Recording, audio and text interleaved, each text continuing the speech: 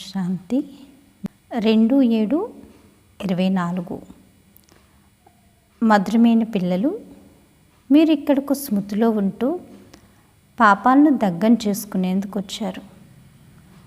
అందుకే బుద్ధియోగం నిష్ఫలం అవ్వకూడదు అన్న విషయంపై పూర్తి జ్ఞానం ఉండాలి.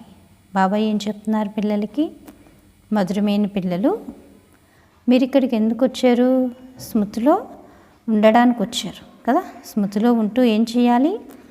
మీరు ఇక్కడకు స్మృతిలో ఉంటూ పాపాలను దగ్గం చేసుకునేందుకు వచ్చారు, అంటే సమాప్తం చేసుకునేందుకు. అందుకే బుద్ధియోగం నిష్ఫలం అవ్వకూడదు అన్న విషయంపై పూర్తి చేసి పెట్టండి. అంటే బుద్ధి అటు ఇటు భ్రమించడం వల్ల అటు సమయం వ్యర్థమైపోతుంది, పురుషార్థం తక్కువైపోతుంది. ప్రశ్న: ఏ సూక్ష్మ వికారం కూడా అంతిమంలో కష్టం కలిగిస్తుంది? జవాబు: బాబా అంటారు, ఒకవేళ సూక్ష్మంగానైనా లోభమనే వికారం ఉన్నట్లయితే, ఏవైనా వస్తువులను లోభం కారణంగా తమ వద్ద పోగు చేసుకుని పెట్టుకున్నట్లయితే, అదే అంతిమంలో కష్టం రూపంలో గుర్తుకొస్తుంది. అందుకే బాబా అంటారు, పిల్లలు, మీ వద్ద ఏమీ ఉంచుకోకండి. మీరు అన్ని సంకల్పాలను కూడా ఇముడ్చుకుని తండ్రి స్మృతిలో ఉండే అలవాటు చేసుకోవాలి. అందుకని దేహీ అభిమానులుగా అయ్యే అభ్యాసాన్ని చెయ్యండి అని చెప్తున్నారు బాబా. పిల్లలకు ప్రతిరోజు గుర్తు చేయిస్తారు. ఏమని? దేహీ అభిమానులుగా అవ్వండి. ఎందుకంటే బుద్ధి అటు ఇటు వెళ్తూ ఉంటుంది. అజ్ఞాన కాలంలో కూడా ధార్మిక కథల గురించిన చర్చలు విన్నప్పుడు బుద్ధి బయట భ్రమిస్తూ ఉంటుంది, ఇక్కడ కూడా భ్రమిస్తుంది. అందుకే ప్రతిరోజు దేహీ అభిమానులుగా అవ్వండి అని చెప్తారు. వారైతే మేము ఏదైతే వినిపిస్తామో దానిపైన ధ్యాస పెట్టండి, ధారణ చెయ్యండి. శాస్త్రాలు ఏవైతే వినిపిస్తున్నామో ఆ వచనములను జ్ఞానంలో ధ్యాసలో పెట్టుకోండి అని చెప్తారు కదా. అక్కడ గురువులు చెప్పినప్పుడు అటు ఇటు చూడకండి, ఏదైతే చెప్తున్నారో దానిపైనే ధ్యాస పెట్టండి, వినండి అని చెప్తారు. ఇక్కడ బాబా ఏం చెప్తున్నారు? బుద్ధి బయట భ్రమింప చేయకండి, బుద్ధిని బాబాతోటే జోడించండి. అప్పుడే బాబా చెప్పే విషయాలన్నీ ఏమవుతాయి? బుద్ధి రూపీ టేప్ రికార్డ్లో రికార్డ్ అవుతాయి అని చెప్తున్నారు. బాబా అంటారు, ఇక్కడైతే తండ్రి ఆత్మలకు అర్థం చేయిస్తున్నారు. విద్యార్థులైన మీరందరూ దేహీ అభిమానులుగా కూర్చోండి. శివ్ బాబా చదివించేందుకు వస్తారు. శివ్ బాబా చదివించేందుకు వస్తున్నారని ఈ విధంగా భావించే కాలేజీ ఇంకెక్కడ ఉండదు. ఇటువంటి స్కూలు పురుషోత్తమ సంగమ యుగంలోనే ఉండాలి.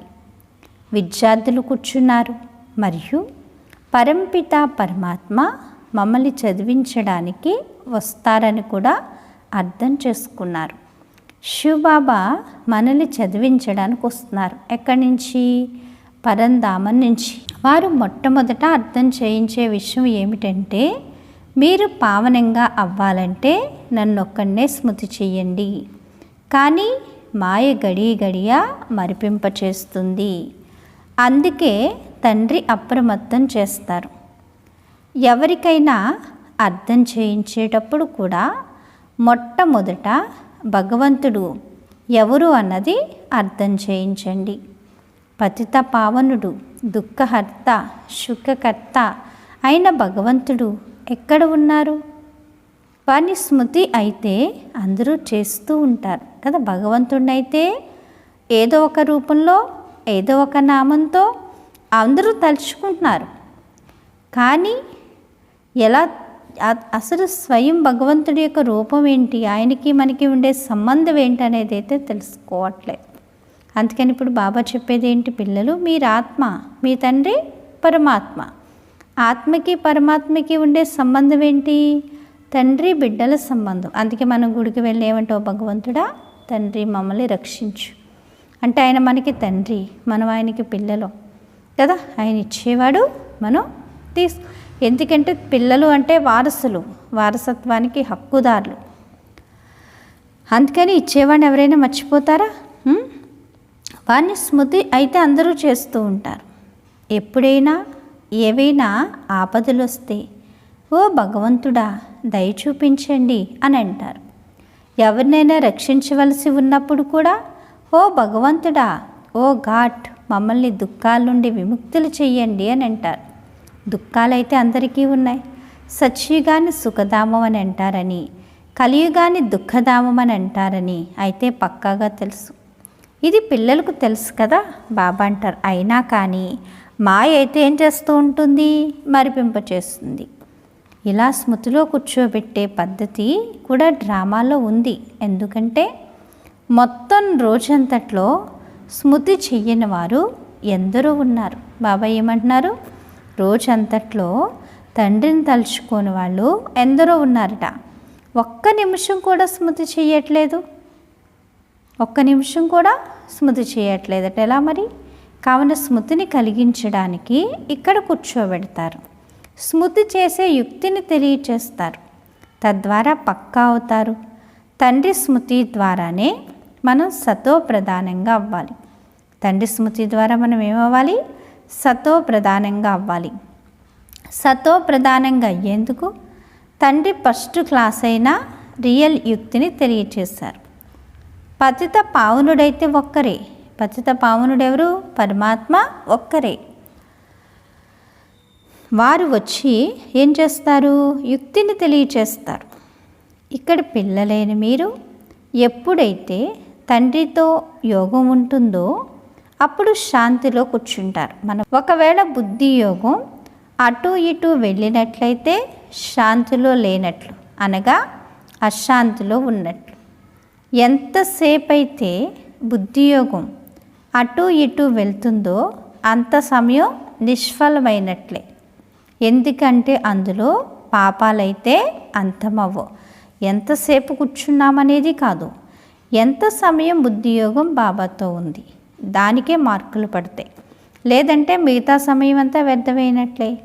పాపాలు ఎలా అంతమవుతాయో ప్రపంచానికైతే తెలియదు. ఇవి చాలా సూక్ష్మమైన విషయాలు. మీరు నా స్మృతిలో కూర్చోండి అని తండ్రి అంటారు. కావున ఎప్పటి వరకైతే స్మృతి రూపీ తాడు జోడింపబడి ఉంటుందో అంత సమయం సఫలత ఉంటుంది. బుద్ధియోగం కొద్దిగా అటు ఇటు వెళ్ళినా ఆ సమయం వ్యర్థమైపోతుంది, నిష్ఫలమవుతుంది. బాబా అంటారు, పిల్లలు నన్ను స్మృతి చెయ్యండి అని తండ్రి డైరెక్షన్ ఉంది కదా. బాబా డైరెక్షన్ ఏంటి? తండ్రిని స్మృతి చెయ్యండి. మరి స్మృతి చెయ్యకపోతే అదేమవుతుంది? నిష్ఫలమవుతుంది. దాని వలన ఏమవుతుంది? మీరు త్వరగా సతో ప్రధానంగా అవ్వరు. ఇక అది అలవాటైపోతుంది. ఇది ఇలా జరుగుతూనే ఉంటుంది. ఆత్మకు ఈ జన్మ పాపాల గురించి అయితే తెలుసు కదా. ఆత్మకు ఈ జన్మ పాపాల గురించి అయితే తెలుసు. మాకు గుర్తు లేదని ఎవరైనా అన్నా కానీ బాబా అంటారు, 3-4 సంవత్సరాల ఆయువు నుండి అన్ని విషయాలు గుర్తుంటాయి. తర్వాత అవన్నీ అయినన్ని పాపాలు మొదట్లో అవ్వవు. ఎందుకంటే 3-4 సంవత్సరాల ఆయువు నుండి అన్ని విషయాలు గుర్తుంటాయి. అంతవరకు అయితే ఏమీ తెలియదు కదా. అనుకుంటాం కదా, మా చిన్నప్పుడు ఇలాగా, మా చిన్నప్పుడు అలాగా. తర్వాత అయినన్ని పాపాలు మొదట్లో అవ్వవు. చిన్నప్పుడైతే ఇన్ని పాపాలు ఉండవు కదా, తెలియదు అంతగా, కొంచెం తెలుస్తుంది.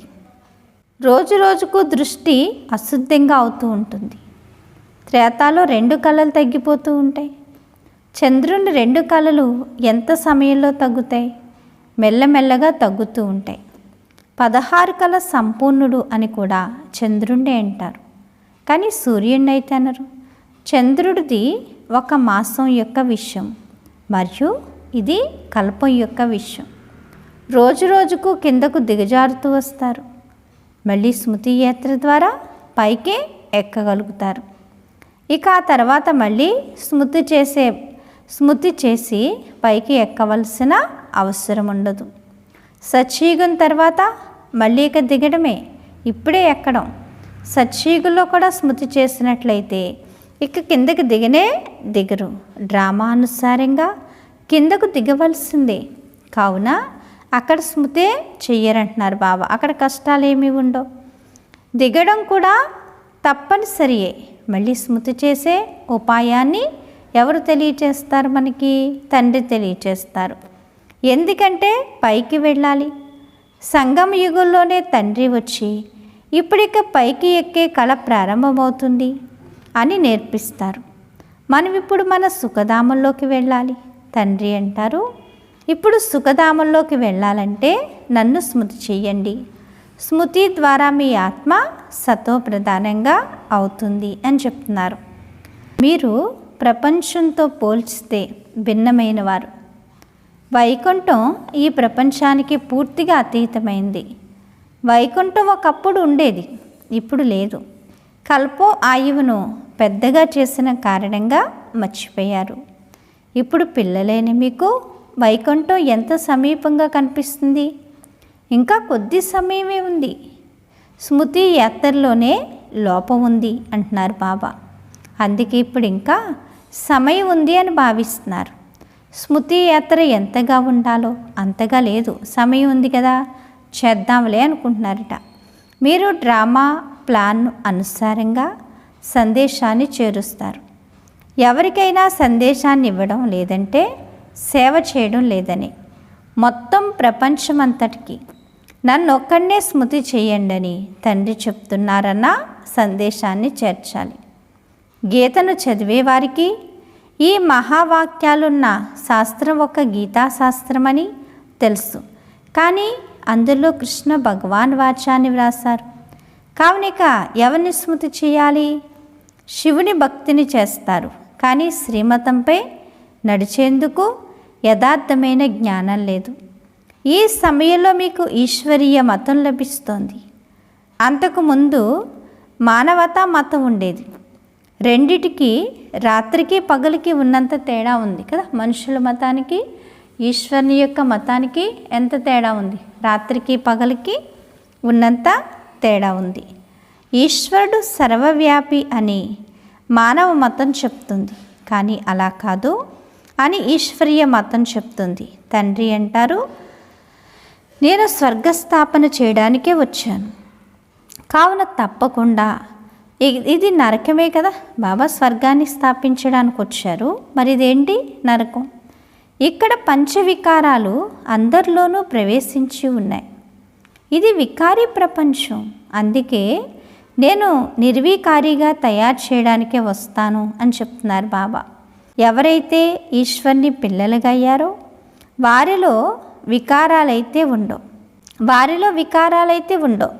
రావణుడి చిత్రాన్ని 10 తలలతో ఉన్నట్లుగా చూపిస్తారు. రావణుడి సృష్టి నిర్వికారి అయింది అని ఎప్పుడు ఎవరూ అనలేరు.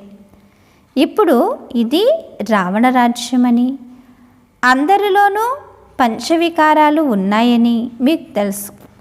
సత్యుగలో రామరాజ్యం ఉంది, అందులో ఏ వికారాలు లేవు. ఈ సమయంలో మనుషులు ఎంత దుఃఖీలుగా ఉన్నారు. శరీరానికి ఎన్ని దుఃఖాలు కలుగుతాయి. ఇది దుఃఖధామం. సుఖధామంలోనైతే శారీరక దుఃఖాలు కూడా ఉండవు. ఇక్కడ ఎన్ని హాస్పిటల్స్ నిండి ఉన్నాయి.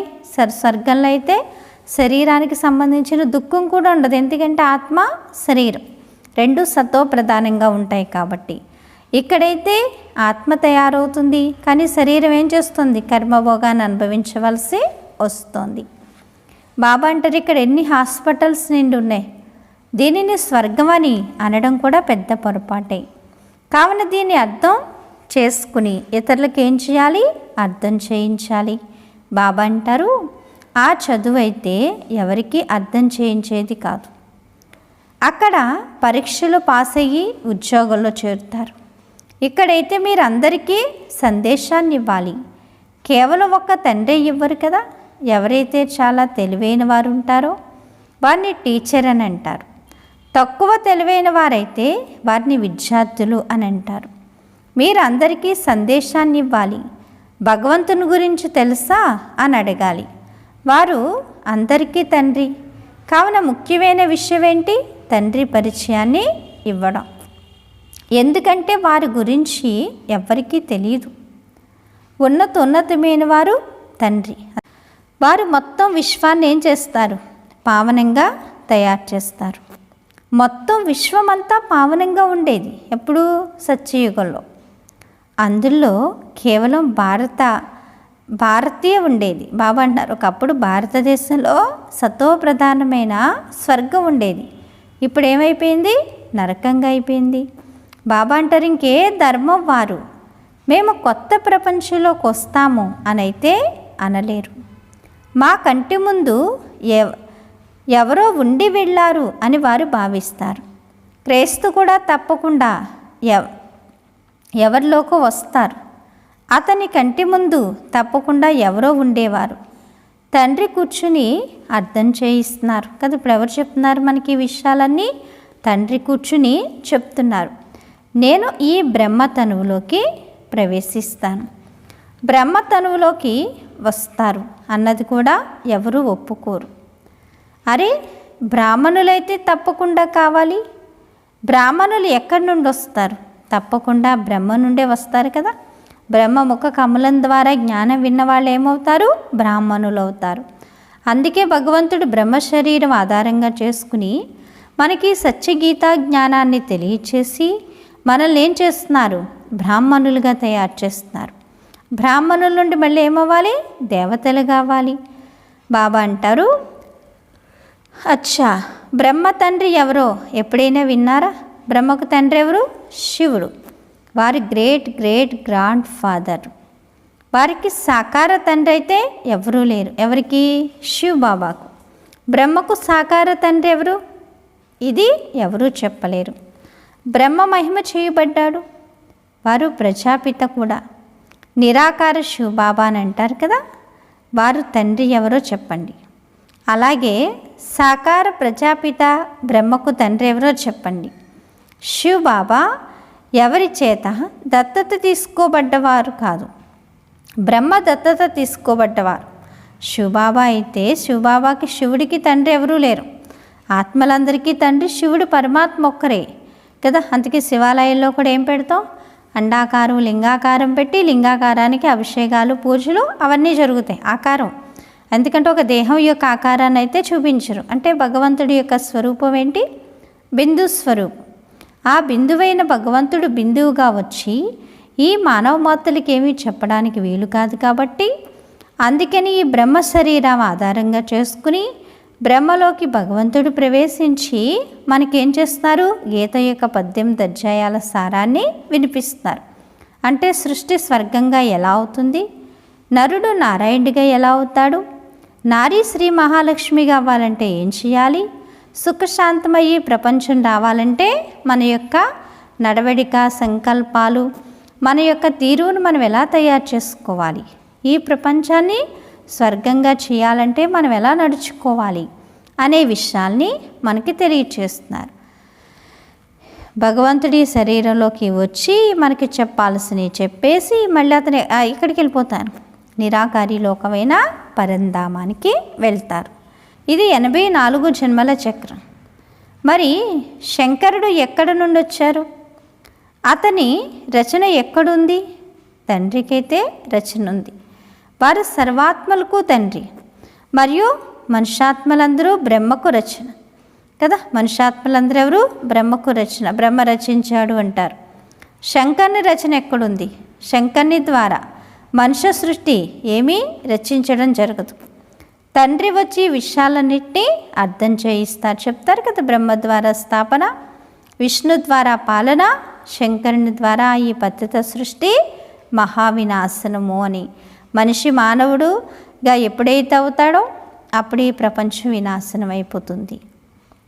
అయినా కానీ పిల్లలు గడియా మర్చిపోతున్నారు. ప్రతి ఒక్కరి బుద్ధి నెంబర్ వారీగా ఉంది. బుద్ధి ఎంతగా ఉంటుందో అంతగా టీచర్ చదువు ధారణ చేయగలుగుతారు. ఇది అనంతమైన చదువు అనుసారంగానే నెంబర్ వార్ పదవిని పొందుతారు. మనుషుల నుండి దేవతలుగా అయ్యే చదువు ఒక్కటే, కానీ వంశం తయారవుతుంది కదా. తాము ఏ పదవిని పొందుతామనేది కూడా బుద్ధిలోకి రావాలి కదా. అందరికీ అర్థం అవ్వాలి కదా మనం ఏ పదవిని పొందుతాం, మనం పురుషార్థం ఏం చేస్తున్నాం, మన యొక్క ప్రారంభం ఏంటి అనేది కూడా బుద్ధిలోకి రావాలి. రాజుగా అవ్వడమైతే కష్టతరమైన విషయం. రాజుల వద్ద దాసదాసీలు కూడా కావాలి. దాసదాసీలుగా ఎవరవుతారు? ఇది కూడా మీరు అర్థం చేసుకోగలరు. నెంబర్ 1 పురుషార్థానుసారంగా అందరికీ దాసీలు లభిస్తూ ఉండవచ్చు. మరి జన్మాంతరాలు దాసదాసీలుగా అయ్యే విధంగా చదవకూడదు. ఉన్నతంగా అయ్యేందుకే పురుషార్థం చేయాలి. కలెక్టర్కి ట్రై చేస్తే కండక్టర్ అంటే అసలు ఏమీ ట్రై చేయకపోతే ఎందుకు పనికిరాడు. అందుకని బాబా ఏం చెప్తున్నారు? ఎప్పుడూ మన ఉన్నతమైన పదవిని పొందడానికి, ఉన్నతమైన స్థానంలో ఉండడానికే మన ప్రయత్నం మనం చేయాలి అంటున్నారు బాబా. సత్యమైన శాంతి తండ్రి స్మృతిలోనే ఉంది కదా. నాకు మనశ్శాంతి లేదు అంటారు. నీ మనసుని నువ్వు ఆధీనంలో పెట్టుకుంటే అంతా మనశ్శాంతి. కానీ నీ మనసు గుర్రం లాంటిది, అది పరిగెట్టేస్తుంది. దానివల్ల నీకు మనశ్శాంతి ఉండట్లేదు. తండ్రి స్మృతిలో ఉండు, నీకు మనశ్శాంతి లభిస్తుంది. నిన్ను నువ్వు ఆత్మగా భావించు, అసలైన శాంతి లభిస్తుంది. బుద్ధి కొద్దిగా అటు ఇటు వెళ్ళినా సమయం వ్యర్థమవుతుంది, సంపాదన తక్కువ అవుతుంది, సతో ప్రధానంగా అవ్వలేకపోతారు. చేతులతో పనిచేస్తూ ఉండండి, హృదయంలో తండ్రిని స్మృతి చేస్తూ ఉండండి అని కూడా అర్థం చేయించడం జరిగింది. శరీరాన్ని ఆరోగ్యవంతంగా ఉంచుకునేందుకు అటు ఇటు తిరగడం అనేది కూడా చెయ్యండి, పర్వాలేదు. కానీ బుద్ధిలో తండ్రి స్మృతి ఉండాలి. ఒకవేళ ఎవరైనా పక్కన ఉంటే వ్యర్థమైన విషయాలు మాట్లాడకూడదు. ఇదైతే ప్రతి ఒక్కరి హృదయము సాక్ష్యం చెప్తుంది. ఇటువంటి అవస్థలో తిరగండి అని బాబా అర్థం చేయిస్తారు. క్రిస్టియన్ ఫాదర్లు పూర్తి శాంతిలో నడుస్తారు. మీరైతే మొత్తం సమయం అంతా జ్ఞాన విషయాలు చర్చించరు కదా. మళ్ళీ మీ నోటిని శాంతపరుచుకుని శివ బాబా స్మృతిలో రేస్ చేయాలి. భోజనం చేసే సమయంలో స్మృతిలో కూర్చుని తినండి, మీ చాటును చూసుకోండి అని బాబా అంటారు. నేనైతే మర్చిపోతానని బాబా తన గురించినైతే చెప్తారు కదా. ఏ బాబా చెప్తున్నారు? బ్రహ్మ బాబా చెప్తున్నారు. నేనైతే ముందు స్మృతిలో ఉండేవాడిని, తర్వాత ఏం చేసేవాడిని? మర్చిపోయేవాడిని అని. నేను ప్రయత్నిస్తాను. నేను బాబాతో ఇలా అంటాను, బాబా నేను పూర్తి సమయం స్మృతిలో ఉంటాను, మీరు నా దగ్గును ఆఫ్ చేయండి, షుగర్ను తగ్గించండి, నా విషయంలో నేను చేసే పురుషార్థం గురించి చెప్తాను. అయినా కానీ నేను స్వయమే మర్చిపోతే మరి దగ్గు ఎలా తగ్గుతుంది? బాబాతో నేను ఏ విషయాలైతే మాట్లాడతానో వాటిని సత్యంగా వివరిస్తాను. బాబా పిల్లలకు చెప్తారు, కానీ పిల్లలు తండ్రికి చెప్పరు కదా. బాబా పిల్లలకు చెప్తారు, కానీ పిల్లలు తండ్రికి చెప్పరు, సిగ్గుపడతారట. ఊడ్చేటప్పుడు, భోజనం తయారు చేసేటప్పుడు కూడా శివబాబా స్మృతిలోనే చేయండి, అప్పుడు శక్తి వస్తుంది. ఈ యుక్తి కూడా కావాలి. ఇందులో మీ కళ్యాణమే జరుగుతుంది అంటున్నారు బాబా. ఇందులో ఏం జరుగుతుంది? మీ కళ్యాణమే జరుగుతుంది అని చెప్తున్నారు బాబా కదా. మీరు నా దగ్గును ఆఫ్ చేయండి, షుగర్ తగ్గించండి, నా విషయంలో నేను చేసే పురుషార్థం గురించి చెప్తారట. అయినా కానీ నేను స్వయమే మర్చిపోతే ఇంకేంటి కదా, దగ్గు తగ్గుతుంది. బాబాతో నేను ఏ విషయాలైతే మాట్లాడతానో వాటిని ఎలా చేయాలి? సత్యంగా ఉండాలి. ఈ యుక్తి కూడా కావాలి. ఇందులో మీ కళ్యాణమే జరుగుతుంది. అప్పుడు మీరు స్మృతిలో కూర్చుంటే ఇతరులకు కూడా ఆకర్షణ కలుగుతుంది. ఇతరులకు ఆకర్షణ అయితే కలుగుతుంది కదా. ఎంత ఎక్కువగా మీరు స్మృతిలో ఉంటే అంత బాగా నిశ్శబ్దత ఏర్పడుతుంది. డ్రామానుసారంగా పరస్పరం ఒకరి ప్రభావం ఒకరిపై పడుతుంది. స్మృతి యాత్ర చాలా కళ్యాణకారి అయింది అని చెప్తున్నారు. ఇందులో అబద్ధం చెప్పే అవసరం లేదు.